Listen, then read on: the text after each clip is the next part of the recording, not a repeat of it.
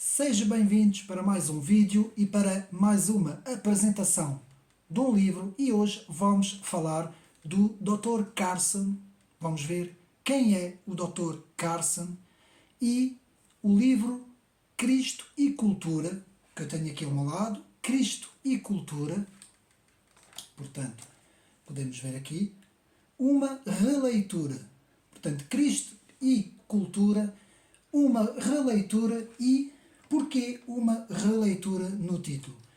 Pois bem, o primeiro livro com este título, que foi escrito, Cristo e Cultura, foi escrito pelo teólogo americano Richard Niebuhr, portanto, Richard Niebuhr, que escreveu Cristo e Cultura, portanto, em tradução portuguesa, não é? O Dr. Carson então fez uma releitura deste trabalho e vamos ver a importância que o livro Cristo e Cultura de Niebuhr,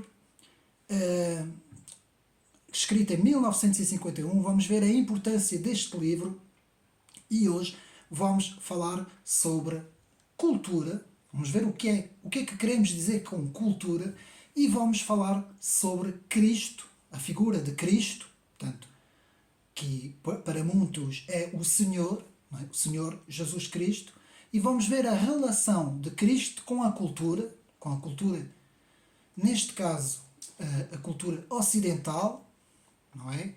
E vamos ver aqui a nossa cultura de hoje, que nós chamamos pós-modernismo, e o Dr. Carson, D.A. Carson, que é também estudioso, teólogo, biblicista e estudioso nessas matérias, em História da Igreja, História da Bíblia, vai aqui fazer uma análise e uma releitura desta obra, que devo de dizer, uma obra que tem quase 200 páginas, aqui pela editora Vida Nova, e que teve a sua edição, a primeira edição em 2012, mas devo de dizer, um livro recentíssimo e que é um livro, devo de dizer, muito bom mesmo. Um livro com um ensinamento muito grande.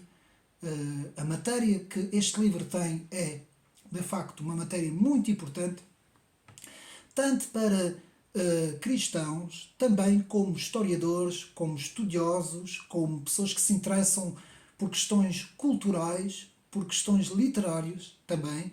Portanto, é, de facto, um livro a ter em conta. E porquê? Porque este livro, como eu disse, uma releitura, vai fazer a análise do livro de Richard Niebuhr, como eu disse, portanto, H. Richard Niebuhr, que nasceu em 1892 e morreu em 1971, como eu disse, um teólogo muito, muito importante nos Estados Unidos, um teólogo importante.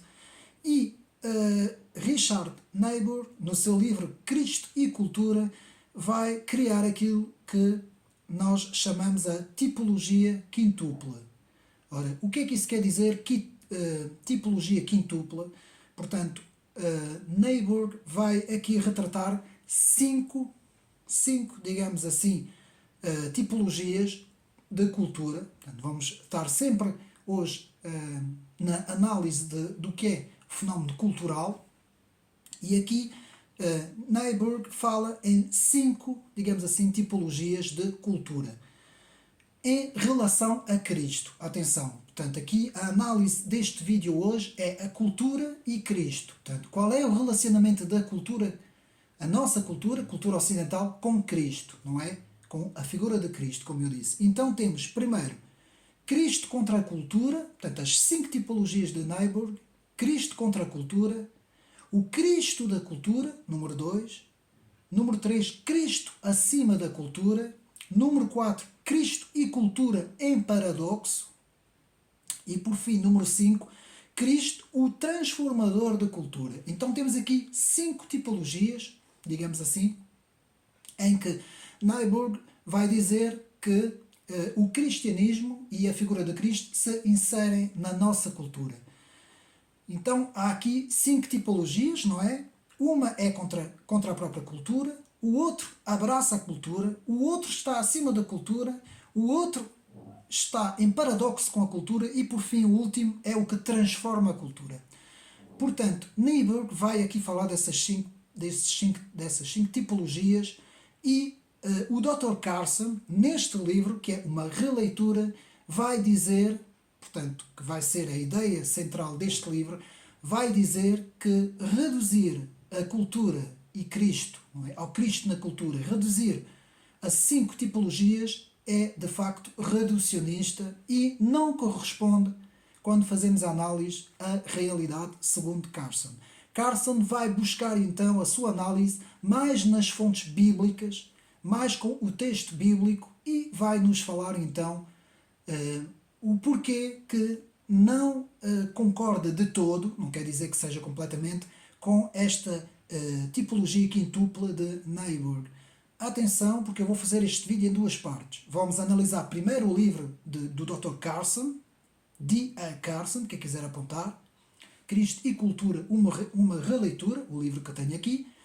Portanto, a primeira parte será a análise do livro e a segunda parte vamos analisar a cultura e as teologias contemporâneas, não é, ou pós-modernas, que têm vindo, portanto, digamos assim, a entrar na cultura, digamos assim, na cultura contemporânea. Ela é, de facto, um fenómeno que vem da cultura pós-moderna e vamos analisar vários tipos de teologias. Isto será, portanto, no fim, na parte final do vídeo. Então, rapidamente, o livro tem 6 pontos, 6 capítulos, digamos assim. Como pensar a cultura, Niebuhr, segundo, portanto, Richard Niebuhr. Depois, o segundo capítulo, Niebuhr revisto, o impacto da teologia bíblica. Portanto, aqui uma análise do Dr. Carson sobre o impacto portanto, da teologia de Niebuhr. Depois temos o terceiro capítulo, refinando cultura e redefinindo o pós-modernismo. Também vamos fazer uma pequena visita rápida ao pós-modernismo, segundo sempre o Dr. Carson. No capítulo 4 temos o secularismo, a democracia, a liberdade e o poder. Portanto, todos esses conceitos relacionados com a cultura e relacionados com a ideia de Niebuhr, não é? A tipologia quintupla de Niebuhr. Depois, no capítulo 5, a Igreja e o Estado. No capítulo 6, sobre agendas controversas, utopias e tensões. Portanto, que é o último capítulo do livro, que acaba, portanto, com esse capítulo. Então, podemos começar fazendo a análise do livro, meus amigos. O que é que nós queremos dizer com cultura? O que é que quer dizer a cultura? E temos que ter aqui bem ciente que a cultura não é algo que se pode definir com facilidade. Porque há muitas definições de cultura e podemos então aqui ver, antes de irmos à definição da cultura, que está aqui no livro e que vamos ler, podemos ver que há 2 visões. Há aqui 2 visões quando nós analisamos o mundo dos cristãos, portanto, o mundo do cristianismo, e sempre ao longo da história foi assim. Há 2 visões. Há a visão, portanto, do cristão, agora estou a falar diretamente para os cristãos, há a visão do cristão e o seu relacionamento com Deus, portanto, é o cristão com Deus, o seu relacionamento com Deus, e depois há uma segunda visão, que é o relacionamento do cristão com o mundo político à sua volta e o mundo social. Portanto, podemos falar de um relacionamento, também podemos falar sobre isso, um relacionamento vertical, que vai do cristão a Deus, e depois um relacionamento horizontal que vai tanto do relacionamento do cristão com o mundo político e com o mundo social. Então, D.A. Carson vai dar várias definições logo no início do livro, várias definições sobre o que entende por cultura. E eu vou escolher aqui a principal, que é do historiador e estudioso Clifford Geertz, que é também sociólogo e estudante de história, e vamos ver o que é que significa quando nós falamos em cultura.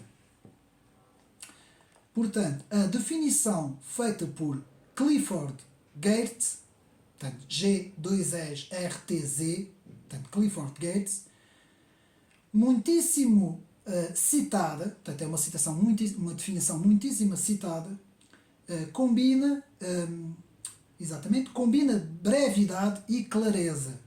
Então, vamos à definição. O conceito de cultura denota um padrão historicamente transmitido de significados incorporados em símbolos, um sistema de concepções herdadas, expressas em formas simbólicas, por meio das quais os homens comunicam, perpetuam e desenvolvem seus conhecimentos e atitudes sobre a vida. Meus amigos, esta é, portanto, a definição dada pelo Dr. Carson de Graetz, não é? Graetz, que nos diz que a definição de cultura será, portanto, essa definição que eu dei. Então, podemos falar em cultura, que é, de facto, muito importante quando nós falamos em cristianismo. Então, na página 17, podemos ler também na página 17, portanto aqui na página 17, podemos analisar que a cultura, segundo o Dr. Carson, está afastando-se do cristianismo cada vez mais. E vamos ler então. Apesar do facto de que o cristianismo foi uma das forças que deu forma ao Ocidente, com o iluminismo e um grande número de forças menos dominantes, a cultura não apenas está se afastando do cristianismo, mas com frequência é abertamente hostil ao cristianismo. Portanto, aqui podemos ver que a cultura dominante, cultura contemporânea, segundo o Dr. Carson, é, portanto, abertamente hostil, não é? É assim que acaba a citação, abertamente hostil ao cristianismo. E nós podemos, de facto, ver isso e analisar isso, não é? Então, por isso, na tipologia, voltando à tipologia de Nyberg, uma das suas tipologias que mais se enquadra nessa hostilidade da cultura contemporânea ao cristianismo, não é? Podemos ver isso com a primeira tipologia, que é, portanto, Cristo contra a cultura. Não esquecendo, que eu vou recapitular, vou resumir, que existem 5 tipologias: Cristo contra a cultura, Cristo da cultura, Cristo acima da cultura, Cristo e cultura em paradoxo e Cristo transformador de cultura. E aqui, vamos ver isso mais tarde no vídeo, Nyberg vai falar que desses 5, pelo menos dois dessas 5 tipologias, 2 pelo menos são as mais importantes, que é Cristo contra a cultura e Cristo o transformador da cultura, portanto que será a primeira e a quinta. Porquê? Porque são aquelas que se mais manifestam, digamos assim, nas sociedades ocidentais. E então, continuando a nossa análise, meus amigos vão desculpar se ouvirem alguns barulhos de fundo, portanto eu estou a fazer este vídeo diretamente num prédio, não é? Então às vezes há obras e há coisas e temos alguns ruídos de fundo, portanto eu peço desculpa por isso, por esses aspectos técnicos, porque eu ainda não tive a oportunidade, portanto, de começar a trabalhar diretamente com o microfone para não apanhar, digamos assim, ruídos à volta, não é? Então, vamos continuando. Portanto, o Cristo da cultura, ou seja, na página 25, Carson nos fala do Cristo da cultura. O reino do Cristo denota uma associação com a humanidade. Aqui o Cristo da cultura quer dizer, segundo as palavras do Dr. Carson, que nesta cultura Cristo está identificando-se com a humanidade. E vamos ver que é muito perigoso isto, porque pode dar origem a novas teologias que estão a acontecer nos Estados Unidos e também no Brasil, e que estão a transformar completamente, digamos assim, a teologia bíblica, não é? A cristologia, digamos assim. Então, depois, na página 29, vemos o Cristo acima da cultura, portanto é Cristo superior à cultura, não é? Cristo é soberano e superior a todas as culturas. Na página 29, o autor desenvolve, sempre no estudo do livro de Nyberg, não é? O Cristo e Cultura. Depois temos Cristo e Cultura em Paradoxo. Aqui também o Dr. Carson explica o que é que isso quer dizer. A teoria dualista ao mesmo tempo. Há um paradoxo, uma sobreposição, na página 30. Aqui podemos falar vou já adiantar, de um parâmetro que se estuda em teologia, que é o já, essa expressão, o já e o ainda não. O já é aquilo que está a acontecer e que já aconteceu, e o ainda não é aquilo que vai acontecer. Então, na linha do tempo, temos uma linha do tempo, não é? Dentro da escatologia cristã, há uma linha do tempo com um começo e um fim, e há uma sobreposição de outra linha, que é aquilo que ainda não aconteceu, que vai acontecer, e essa linha tem um início, mas é uma linha que se estende pela eternidade, não é? E essa linha, que já não pertence ao tempo, é um bocadinho complicado explicar isso em termos de teologia, faz uma sobreposição com a linha do tempo. Portanto, isso é teologia, atenção que isto é teologia protestante, isto não é teologia católica, estamos aqui a falar da teologia protestante, mas os meus amigos católicos do canal também podem estudar isso, não é? Portanto, Cristo, transformador da cultura, na página 32, são os conversionistas, aqueles que transformam. Portanto, estávamos a ver o paradoxo, não é? Cristo e o paradoxo da cultura. Agora estamos a ver Cristo, o transformador da cultura, são os chamados conversionistas da própria cultura, aqueles que vão converter a cultura. Não é as pessoas individualmente, aqui estamos a falar da própria cultura, é uma conversão cultural por meio do cristianismo, não é? E isso é então o chamado quinto tópico, digamos assim, da tipologia de Niebuhr, do Cristo transformador da cultura, que é, junto com o primeiro, Cristo contra a cultura, os dois que se manifestam mais na sociedade, como eu disse, não é?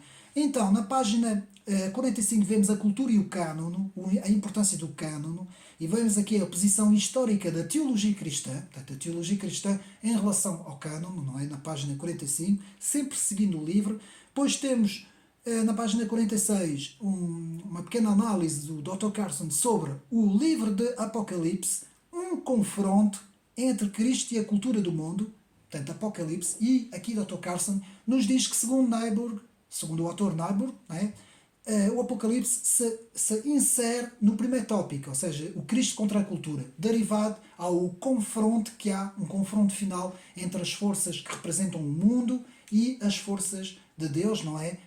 E dos cristãos, que não são propriamente, não afastam-se desse mundo, não é? Separam-se deste mundo. Então, depois na página 56 temos a sabedoria de Deus é loucura para a cultura do mundo. Podemos ler aqui na página 56, eu escolhi, nas palavras do Dr. Carson, podemos ler.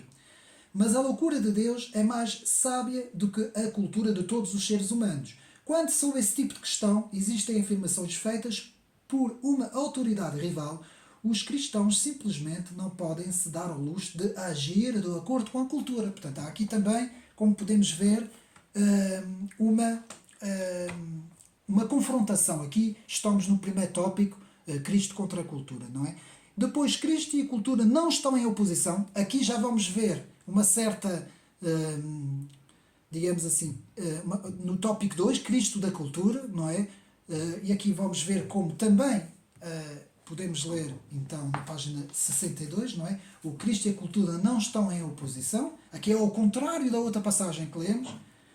Portanto, não se pode colocar os dois termos, Cristo e cultura, um contra o outro, em oposição absoluta, não apenas porque os cristãos fazem parte da cultura, mas também porque toda a autoridade é dada a Cristo nos céus e na terra, de modo que toda a cultura está incluída sobre o seu reinado. Está a ver aqui? Já temos outra perspectiva.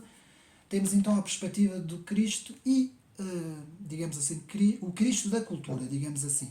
Então depois podemos ver na página 64, e aqui sim vamos ver a expressão o já e o ainda não, o que é que isso quer dizer, como já expliquei, o já e o ainda não, aqui na página 64, portanto na página 64, e podemos ler a inquietude que sentimos com essa tensão do já e do ainda não, somente será solucionada no último dia. Aguardamos a volta de Jesus Cristo, a chegada dos novos céus e da nova terra, o raiar da ressurreição, a glória da perfeição, a beleza da santidade. Até aquele dia somos um povo em tensão. Somos um povo que está em tensão. De um lado pertencemos à cultura mais ampla em que nos encontramos, a cultura do mundo. Do outro pertencemos à cultura do reino consumado de Deus que raiou entre nós. Ou seja, há uma tensão entre aquilo que estamos a viver e aquilo que ainda vamos vivenciar, não é? Isto aqui falando assim, como se eu estivesse na posição do cristão, não é? Digamos assim. Então há esta sobreposição que é o já e o ainda não, que se estuda um pouco em teologia, não é?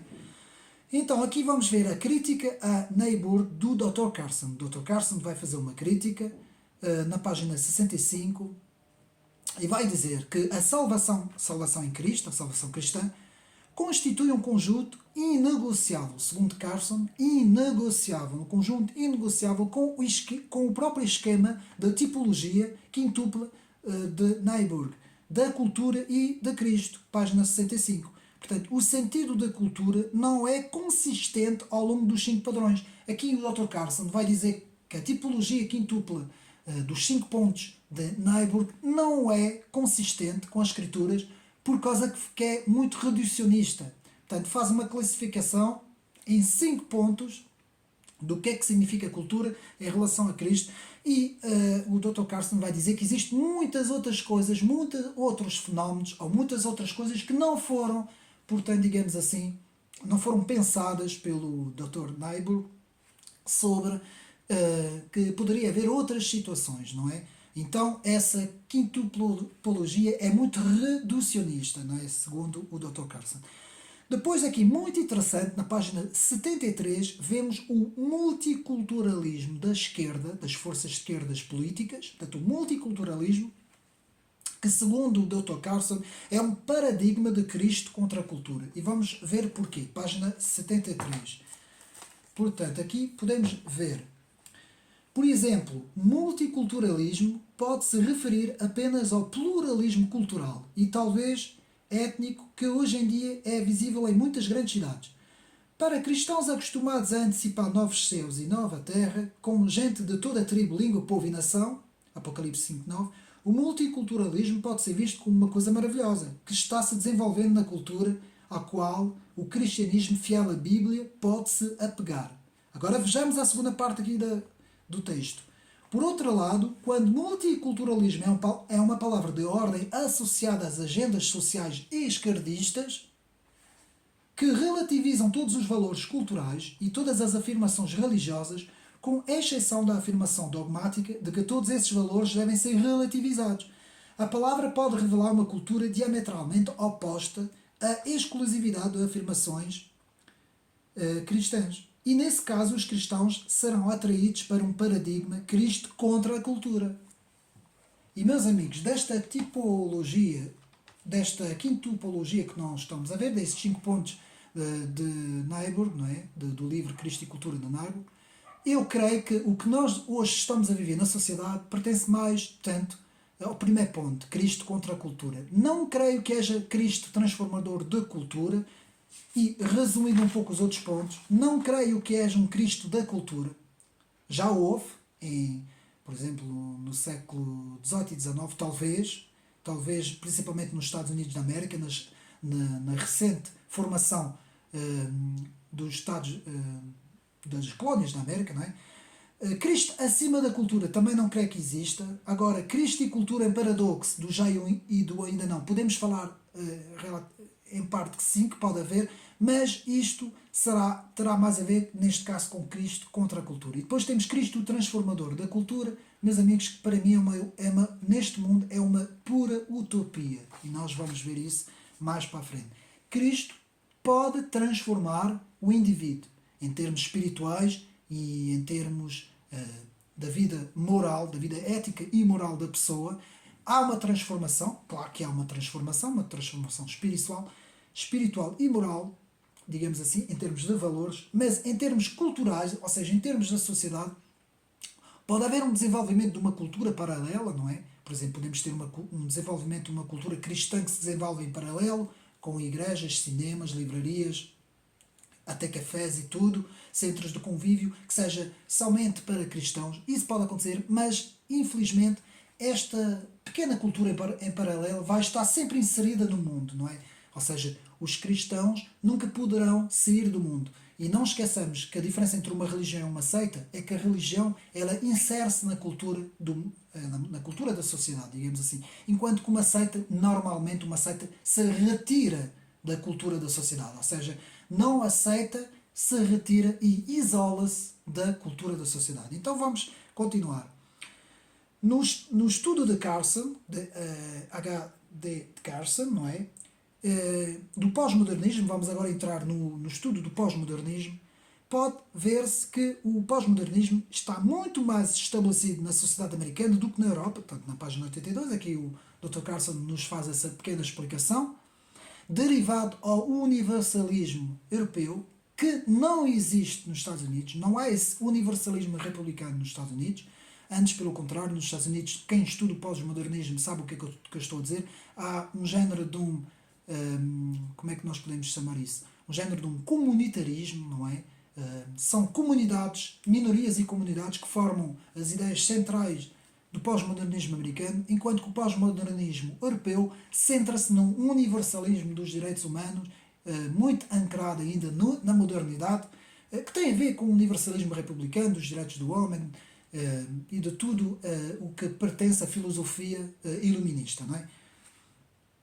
Então, na página 82 vemos então, um estudo de cosmovisão, muito importante para quem estuda o pós-modernismo, portanto, o estudo da cosmovisão, que é uma visão do mundo, não a sua explicação. Aqui o Dr. Carson nos diz que há aqui muitos erros, às vezes, quando nós estudamos as cosmovisões, e mesmo até os próprios teólogos, quando fazem estudos sobre as cosmovisões, as várias cosmovisões, muitas vezes nós pensamos que a cosmovisão é uma explicação do mundo. Não, a cosmovisão é uma visão do mundo.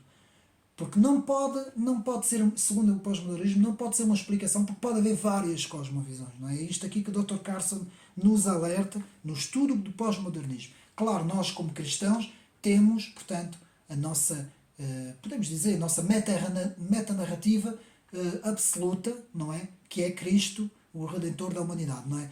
Mas no estudo do pós-modernismo isso não acontece. Portanto, a definição do pós-modernismo, podemos mesmo falar, segundo o próprio, um dos próprios filósofos pós-modernos, não é?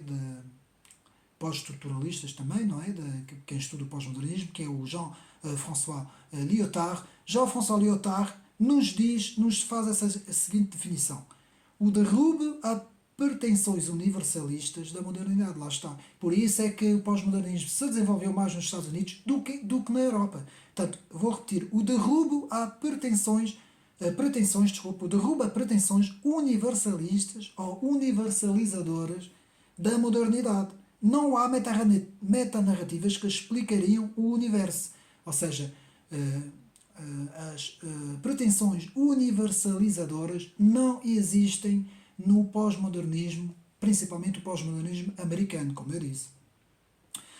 Então aqui o Dr. Carson vai invocar uma coisa muito interessante na filosofia, na página 92, que eu acho muito interessante, portanto na página 92, que é o argumento circular dos pós-modernistas. O que é que isso significa, o argumento circular? Eu tenho falado um bocadinho disso noutros vídeos, principalmente em filosofia.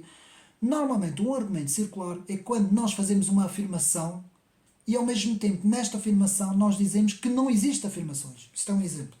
Ora, se eu digo assim, meus amigos, não existem afirmações no contexto pós-moderno, ninguém pode ter uma afirmação absoluta, uma afirmação certa, uma afirmação verdadeira, absoluta.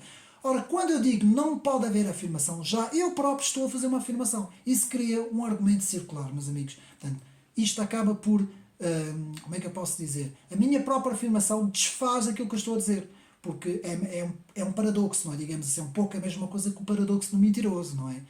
Quer dizer, não sei se conhecem bem esse paradoxo, eu tenho falado um pouco disto nos meus vídeos, mas quando, por exemplo, se eu disser todo o ser humano é um mentiroso, então eu sou mentiroso. Estão a perceber? Eu digo que todo o ser humano é um mentiroso. Então aquilo que eu estou a dizer, todo o ser humano é um mentiroso, é uma mentira. É um argumento circular. Logo, se eu estou a dizer que todo o ser humano é mentiroso e é uma mentira aquilo que estou a dizer, então todo o ser humano é mentiroso, é uma mentira. Então todo o ser humano não é um mentiroso. Logo, o meu argumento é um argumento circular. Em filosofia isso estuda-se. Portanto, não podemos ter a certeza absoluta do conhecimento, segundo os pós-modernistas. Portanto, não há certeza absoluta do conhecimento. Não existe certeza absoluta do conhecimento. Então, essa afirmação que eu estou a dizer, não existe certeza absoluta do conhecimento. Imaginamos que eu sou alguém que defende o pós-modernismo. Então, eu também estou errado. Está errada essa afirmação, porque segundo esta afirmação, a minha afirmação diz que é um erro a minha própria afirmação. Estão a perceber? Espero que não esteja assim muito complicado. Vamos continuar, vamos passar à frente. Então, na página 107, depois do Dr. Carson de falar dessas coisas todas, em termos sempre inseridos na cultura, não é? No estudo da cultura, aqui é uma coisa muito importante, na página 107. Dr. Carson vai falar aqui numa situação, e tem a ver com a tipologia quintupla dos 5 pontos de Neyburg, que tem a ver com isso. a esfera pública e a esfera privada. Há duas esferas, segundo o Dr. Carson. E outros estudiosos, Nancy Pearcey, por exemplo, no seu livro A Verdade Absoluta, também fala muito nisso, numa separação entre a esfera pública e a esfera privada. E o que o Dr. Carson nos diz é que a religião foi completamente empurrada para a esfera privada e foi proibida de atuar na esfera pública. E vamos ler isso na página 107. Isto é muito importante em termos, portanto, em termos de cultura, porque isto tem uma influência muito grande quando nós estudamos uma cultura, por exemplo. Não é? Então, vamos então ler a passagem. Portanto, no linguajar mais popular, entretanto, todas as três palavras, secular, secularização e secularismo, e vamos ver que a palavra secular tem muito a ver com o que eu estou a dizer, a esfera pública e a esfera privada, podemos ler, tem a ver com um aspecto religioso relegado à periferia da vida. Em termos mais precisos, secularização é o processo que, paulatinamente, remove a religião da esfera pública e a rebaixa para a esfera privada, aquilo que eu disse. Então, secularismo é a posição que endossa e promove tal processo. A religião pode ser muito importante para alguém e poucos secularistas discordarão. Mas se a religião faz qualquer afirmação sobre a política, na esfera pública, é vista como ameaça e também como intolerante. E isto é o que acontece hoje. Reparem bem, eu vou tentar explicar isso rapidamente. Meus amigos, temos a liberdade religiosa de poder professar o nosso culto, a nossa religião, sejamos católicos, ortodoxos, protestantes, não interessa. Mas numa esfera privada. O que é que isso significa, a esfera privada? É eu sozinho na minha vida, no meu quarto, na minha casa e no culto da igreja. Mas se eu quiser professar a minha fé em termos políticos, em termos sociais, em termos culturais, na rua, se eu quiser ir ao Parlamento, tentar criar, digamos assim, petições, coisas, tentar fazer algo em que eu quero, digamos assim, não bem impor, mas quero transmitir a minha fé cristã ao mundo em termos socialmente, não é? Em termos da esfera pública, aí já não podemos. Tanto que nas escolas não se pode, normalmente, não se pode, a não ser que sejam disciplinas específicas como opção para os alunos que queiram ou não, mas na escola, numa disciplina normal, como a história, como a português, ou como uma língua qualquer, ou como a economia, uma língua qualquer, uma disciplina qualquer, não se pode impor visões religiosas, porque isso é o processo secular, não é? É a própria lei, não é? Faz aqui uma distinção clara entre a esfera pública e a esfera privada. E é o que o Dr. Carson aqui nos tenta explicar. Portanto, a religião foi expulsa da esfera pública, principalmente o Dr. Carson tem a análise, principalmente em mente, os Estados Unidos da América, não é? Em que há um século e meio atrás faziam-se orações nas escolas, havia uma leitura bíblica na escola, havia cultos na escola, havia uma série de coisas em que o cristianismo ainda estava ancorado, digamos assim, na esfera pública e na esfera do ensino. E hoje isto não. Isto é proibido completamente uma coisa dessas acontecer. Então, continuando na página 128, os crentes têm de ser os melhores cidadãos possíveis, uma análise do Dr. Carson, dentro do contexto cultural pós-moderno, página 128, e depois na página 151, o Evangelho é transformador, isto aí é o quinto ponto da tipologia quintupla do Dr. Niebuhr. Portanto, o Evangelho é transformador, muda a direção e os valores da pessoa, página 151. Cristo é o transformador da cultura. Podemos ler então aqui, página 151, que eu já tenho aqui marcado. Então, podemos ler. No AMAG existe então uma contradição fundamental, até mesmo uma oposição entre... Não é esta parte aqui, desculpa. É esta parte aqui.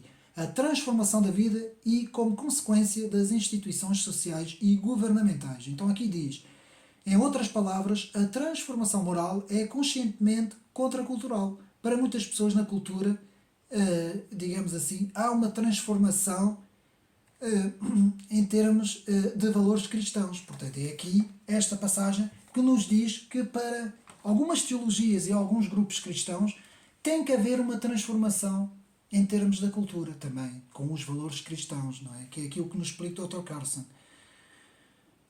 Então, depois, como vimos, portanto, depois temos na mesma página, eu vou ler, há outra parte que é já o contrário, na página 151, portanto, noutra passagem, desculpa. Isto é muita coisa ao mesmo tempo, meus amigos. Portanto, no Amago existe então uma contradição fundamental, até mesmo uma oposição entre o Evangelho e o mundo. Por esse motivo, o Evangelho, como verdade pública, e o Evangelho na esfera pública, não é uma palavra fácil de dizer, pois vai contra a maré e funciona baseada numa sabedoria diferente, à luz da qual a sabedoria humana se revela loucura. Que é o que está escrito na palavra, não é? A sabedoria deste mundo é loucura para Deus. E a sabedoria de Deus é loucura para este mundo, não é? Então há uma oposição, e voltamos ao primeiro ponto, Cristo contra a cultura, de Niebuhr, não é? Em que, de facto, o Evangelho se opõe à cultura mundana, digamos assim, não é? Depois aqui na página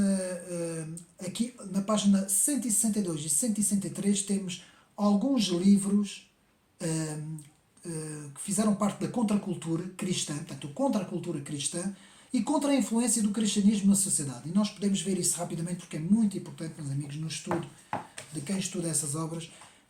Há aqui alguns livros, eu vou tentar ser rápido, quem quiser tirar apontamentos também pode o fazer, em que algumas obras foram escritas, não é? No século, principalmente a partir do século XIX e século XX, depois intensificou-se na segunda parte do século XXI, e o primeiro livro é, portanto, A Fé Cristã, de Friedrich Schleiermacher, o filósofo, que escreve em 1921 A Fé Cristã, pai da teologia moderna, que se começou a opor, portanto, à visão tradicional cristã.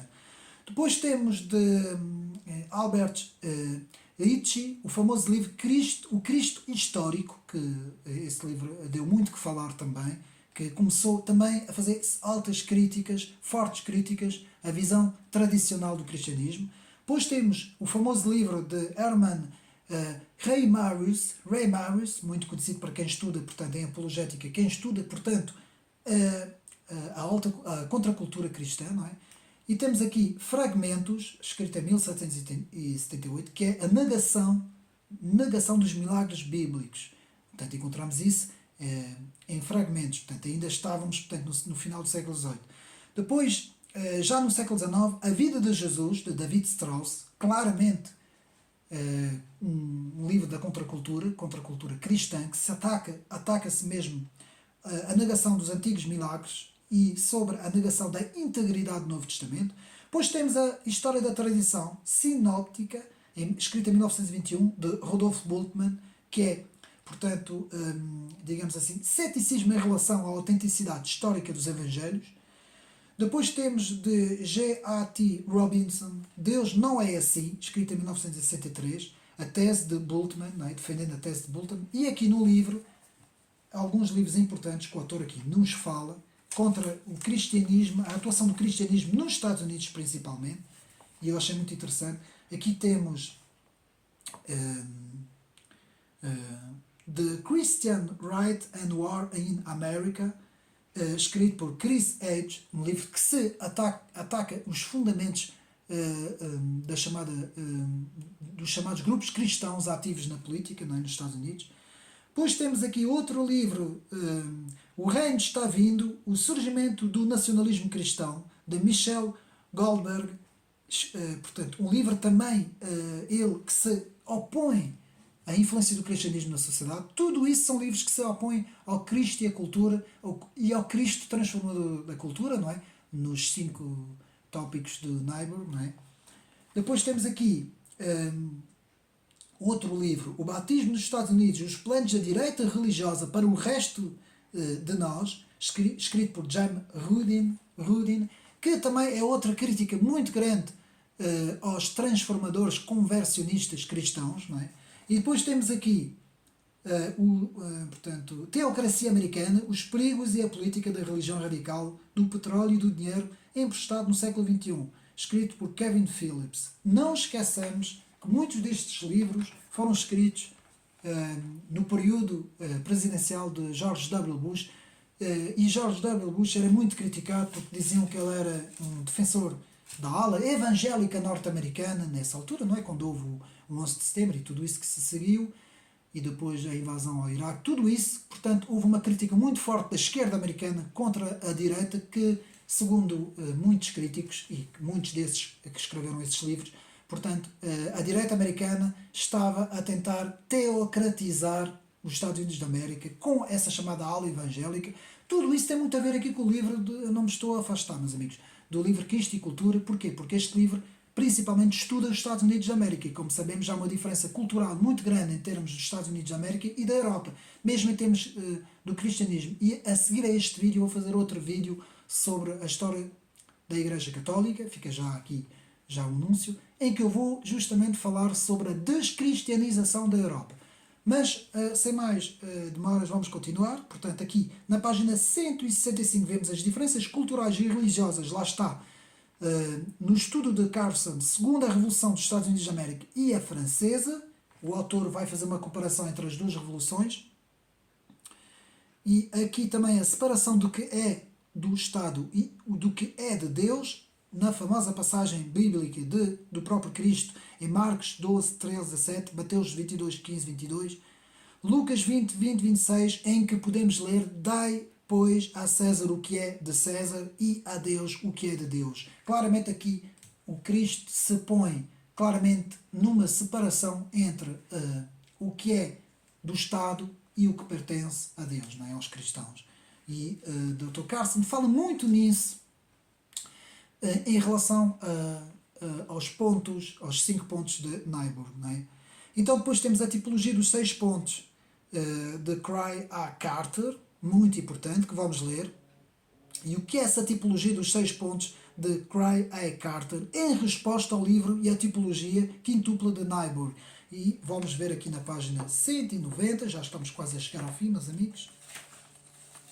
E então podemos ler o seguinte: em resposta à tipologia quintupla dos 5 pontos de Niebuhr, como nós estivemos a ver, temos aqui 6 pontos desenvolvidos pelo Dr. Cry A. Carter, que é outro teólogo e estudioso, e que vai aqui fazer o tipo 1, tipo 2, tipo 3, tipo 4, tipo 5 e tipo 6, portanto 6 tipos de cultura, em que vai nos falar em Cristo legitimizando a cultura.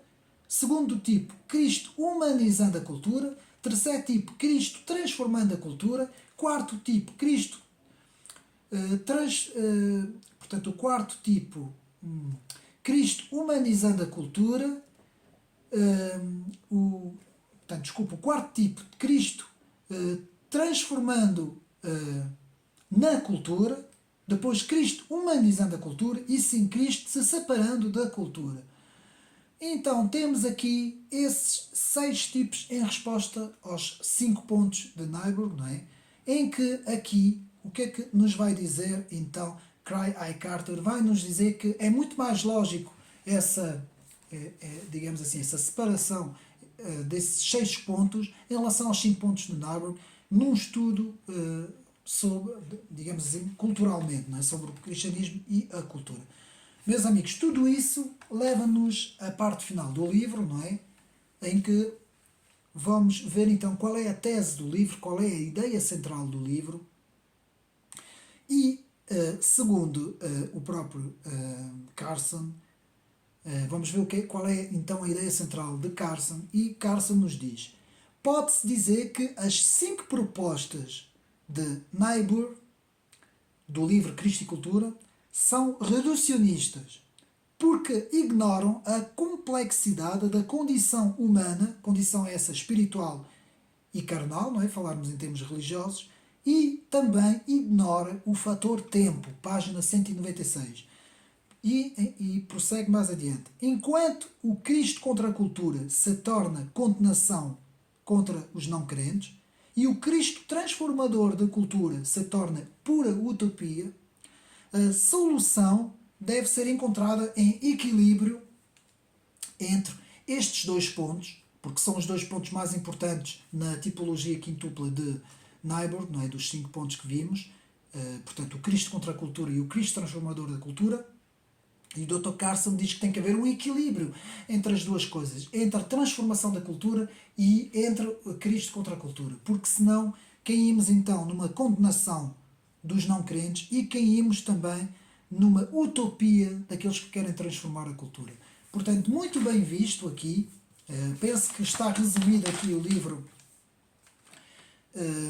Cristo e Cultura, uma releitura do Dr. Carson. Atenção, porque isto é em termos de estudos, em termos de conhecimento, em termos de quem se interessa por essas questões, porque se nós formos a perguntar a um cristão que é perseguido na China ou na Coreia do Norte, ele não quer saber absolutamente nada dessas coisas, não é? Como sabemos, é para ele pouco relevo, pouca importância lhe faz, não é? Estudos de Cristo e da cultura, não é? Isto aqui é mais para quem quer estudar. E como este canal Ocidente Neri é um canal também de estudos, é um canal para quem quer estudar, digamos assim, temas culturais, temas até dentro da teologia, temos, portanto, várias, digamos assim, várias áreas dentro da teologia. E quando se estuda a teologia, principalmente a teologia histórica, e quando se estuda a própria sociologia das religiões, e quando se estuda a própria teologia com a relação com a sociologia, podemos ver a importância, portanto, deste livro, que eu achei muito interessante, muito interessante. Não é difícil de ler, lê-se bem, Cristo e Cultura, e faz-nos aqui, portanto, uma exposição do trabalho de Niebuhr, não é? E faz-nos aqui uma avaliação do próprio Dr. Carson, e por isso é que o livro chama-se Cristo e Cultura, uma releitura. E eu achei muito interessante trazer este livro aqui para o canal. Entretanto, já que nós estamos a falar em contexto cultural, em vários contextos culturais, digamos assim, o que é que podemos dizer hoje em dia, na época pós-moderna, não é? No chamado pós-modernismo contemporâneo que nós vivemos, não é? Na época em que nós vivemos, o que nós podemos dizer então sobre o cristianismo, sobre o próprio Cristo? E então eu decidi fazer aqui a segunda parte do vídeo, que é a parte final. Eu decidi falar sobre cultura teológica, que vem da teologia, não é? Cultura teológica sem Cristo. E eu agora vou falar da análise da teologia dentro das igrejas, e vou focar aqui as igrejas protestantes, as igrejas evangélicas protestantes, não tanto as igrejas católicas, embora também haja grandes transformações na igreja católica, mas isso vai ficar para o próximo vídeo, não vou falar agora disso aqui. Aqui vou focar as igrejas protestantes e evangélicas, não esquecendo que este canal apoia, em termos conservadores, apoia o cristianismo em si. Portanto, apoia tanto os protestantes, tanto os católicos, tanto os ortodoxos, apoia todos os grupos e as famílias cristãs. Mas eu aqui, neste estudo, Cultura Teológica sem Cristo, eu vou falar mais dos protestantes evangélicos. E o que é que se está a passar nas igrejas?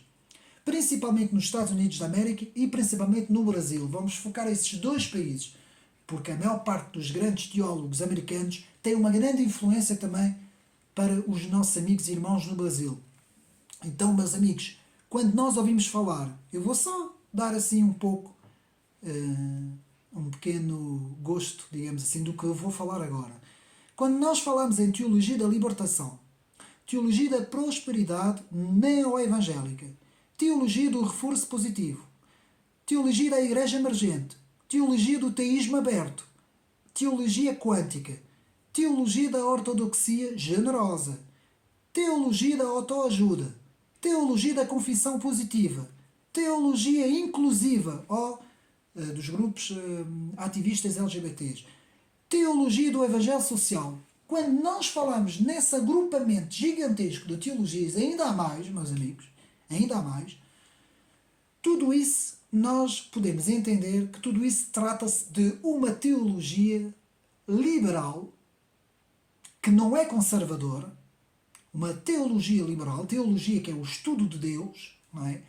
Que se começou a ensinar nas igrejas, começou-se praticamente no final do século passado, e que começou a entrar nos seminários, nos institutos bíblicos, dentro das igrejas, e esses estudos que provêm, resumindo tudo, todas essas teologias que eu disse, que são para aí umas 12 ou mais, todas essas teologias estão classificadas na chamada teologia liberal e teologia libertária. É uma visão em termos de ciência política, que agora vou falar em termos de ciência política, é uma visão de esquerda, não é uma visão de direita, nem é uma visão conservadora, é uma visão liberal.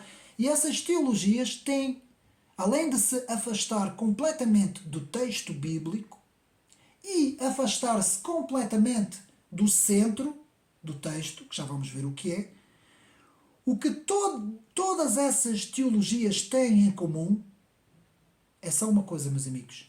Põe o homem no centro e removem Cristo do centro da teologia. Eu vou repetir. Põe o homem no centro da teologia e removem Cristo no centro da teologia. Então, a teologia da libertação, a teologia da prosperidade neo-evangélica, a teologia do reforço positivo, da igreja emergente, do teísmo aberto, da teologia quântica, da teologia da ortodoxia generosa, da teologia da autoajuda, da confissão positiva, a teologia inclusiva e a teologia do evangelho social, principalmente a teologia da libertação, da prosperidade, do reforço positivo, não é? O que todas essas teologias fazem, da confissão positiva e do evangelho social, o que todas essas teologias fazem é removem Cristo do centro dessa teologia e põem o homem. E isto em termos de cultura, porque nós estamos aqui neste vídeo a falar de cultura e não de teologia, em termos culturais, o que é que isso faz em termos da cultura pós-moderna americana? Estamos a falar no contexto americano e um pouco no contexto brasileiro. Faz com que, em termos religiosos, a base cultural já não é Cristo, passa a ser o homem. Então tudo é feito para o bem-estar do homem e torna-se uma autoajuda. E isto pode preparar o chamado ecumenismo mundial das igrejas e de todas as religiões do mundo, que é isso mesmo que certos, digamos assim, certos poderes políticos e religiosos querem fazer. Unindo as religiões todas do mundo, quando se chega ao cristianismo evangélico protestante, para isso poder ser feito, tem que se remover Cristo e tem que se pôr lá o homem. Estão a perceber? E isto é muito perigoso. Porquê? Porque no Brasil, por exemplo, existem centenas e centenas e centenas de denominações religiosas e se começam a entrar pregadores e teólogos para dentro dessas igrejas, dos seminários bíblicos, dos institutos bíblicos, e começam a pregar o bem-estar do homem, o homem como centro, tudo é para o próprio homem, tudo é feito para o homem, não é? Para o bem-estar psicológico do homem, como uma certa autoajuda e autorrealização do próprio homem. Quando Cristo é retirado, meus amigos, então podemos anunciar já o fim do cristianismo, meus amigos. Dentro da própria igreja. Estou aqui a falar da igreja protestante. Portanto, dentro da própria igreja. Então, meus amigos, várias têm sido as heresias que têm entrado no meio das igrejas protestantes evangélicas, tanto nos Estados Unidos como no Brasil. A proliferação do liberalismo teológico, todas essas coisas que eu falei, todas essas teologias que eu falei, portanto, a proliferação do liberalismo teológico pós-moderno,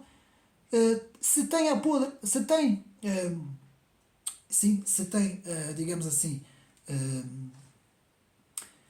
se tem misturado na própria cultura cristã.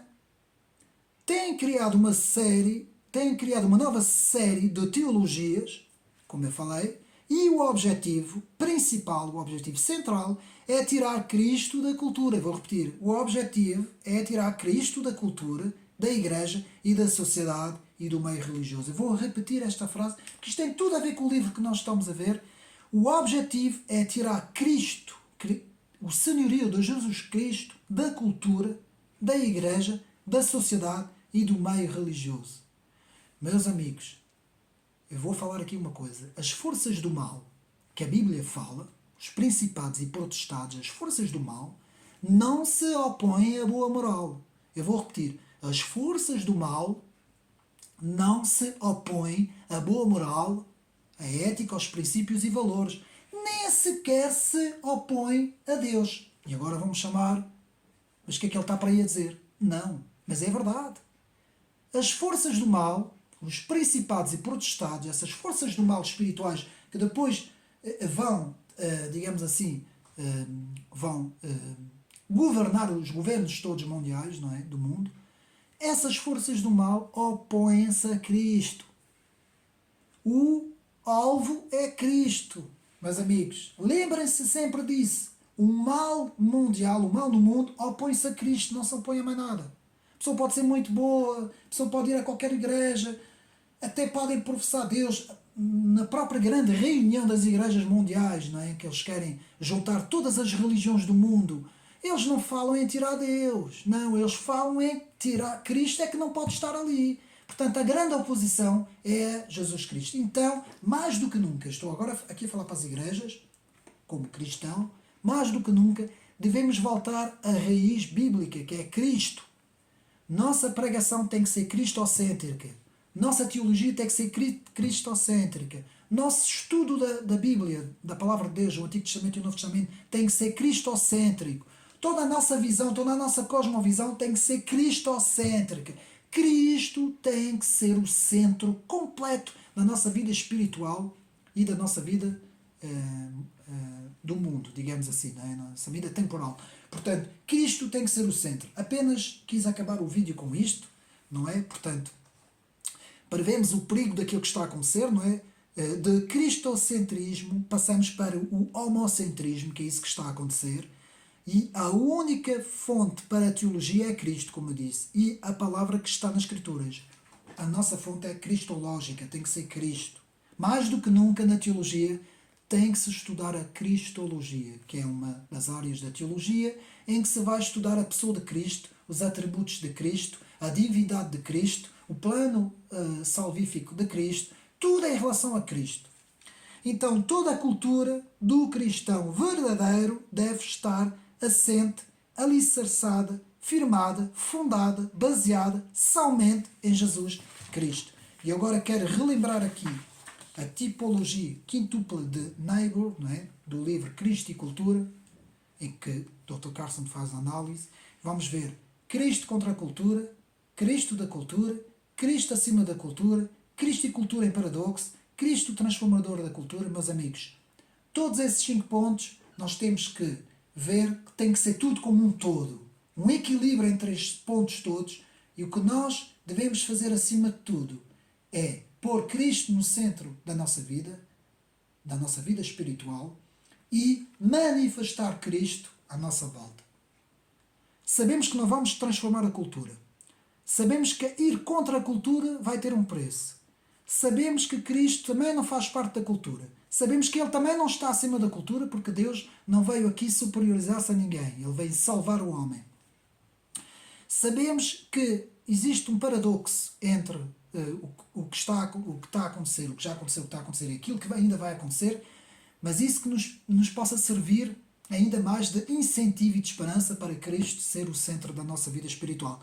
E sabemos que não vamos transformar a cultura. Portanto, fazemos a análise dos 5 pontos de Niebuhr, sabemos que esses 5 pontos não podem ser incumpridos, nem podem não podem existir separados. Tem que haver aqui um equilíbrio entre estes 5 pontos, e penso que a análise do Dr. Carson está bastante bem feita, e penso que ser muito importante a leitura deste livro. Mais uma vez, eu vou mostrar o livro, espero ter contribuído para ser mais útil mais uma vez aos meus amigos. Este livro é um livro que se lê bem. Está à venda na livraria Capu, ali na Rotunda do Relógio, em Lisboa, ali na Avenida Gato Coutinho. Portanto, podem encontrar lá o livro, porque é um livro mais destinado para evangélicos cristãos, mas toda a gente pode ler. Acho que toda a gente deve ler mesmo. Estudiosos dos fenómenos culturais, tudo isso, toda a gente deve ler esse livro. Quem se interessa por cultura e até literatura deve ler este livro. E fica aqui mais esta recomendação. Não percam o próximo livro, que eu vou falar sobre a história da Igreja Católica, um livro muito interessante das edições de 70, e vou falar do que se está a passar hoje com a Igreja Católica, e não percam então o próximo vídeo. Um abraço e até uma próxima.